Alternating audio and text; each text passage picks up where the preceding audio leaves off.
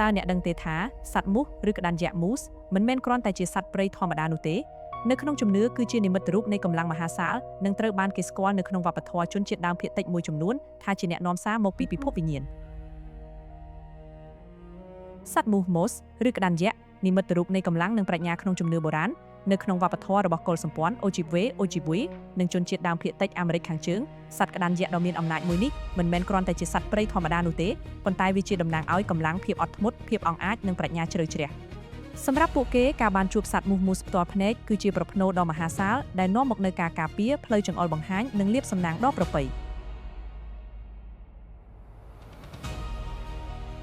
អ្នកនាំសារពីពិភពវិញ្ញាណអាចកំបាំងនៃសត្វមូសមូសផ្ទុយស្រឡះពីសត្វបក្សីឬសត្វព្រៃមួយចំនួនដែលតំណាងឲ្យរឿងអពមង្គលសត្វមូសមិនដែលជាប់ពាក់ព័ន្ធនឹងសេចក្តីស្លាប់នោះឡើយប៉ុន្តែនៅក្នុងក្រសែភ្នែកនិងជំនឿដ៏ពិសិដ្ឋរបស់ជនជាតិដើមភាគតិចពួកវាគឺជាស្ពានចម្លងវិញ្ញាណដ៏មានអំណាចសត្វក្តាន់យក្សនេះត្រូវបានគេគោរពក្នុងនាមជាអ្នកនាំសារសក្ការៈដែលមានសមត្ថភាពពិសេសក្នុងការផ្សារភ្ជាប់ទំនាក់ទំនងរវាងពិភពមនុស្សលោកនិងពិភពវិញ្ញាណដ៏អាថ៌កំបាំង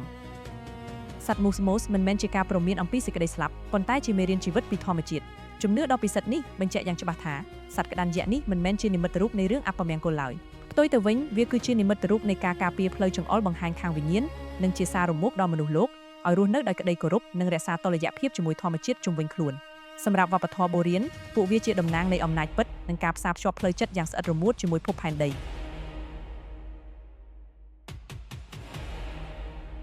ចុះអ្នកវិញធ្លាប់ឮរឿងរ៉ាវអាថ៌កំបាំងរបស់ស្ដេចក្តាន់យក្សមូសបែបនេះពីមុនមកទេឬមួយក៏នៅតំបន់របស់អ្នកមានជំនឿប្លែកៗផ្សេងទៀតអំពីសត្វមួយនេះចូលរួមចែករំលែកមតិរបស់អ្នកនៅក្នុង comment ខាងក្រោមភ្លាមមកហើយកុំភ្លេចចុច like share និង subscribe ម្នាក់មួយផងដើម្បីកុំឲ្យរំលងវីដេអូអាថ៌កំបាំងនិងជំនឿសត្វព្រៃជុំវិញពិភពលោកនៅភាគបន្តបន្ទាប់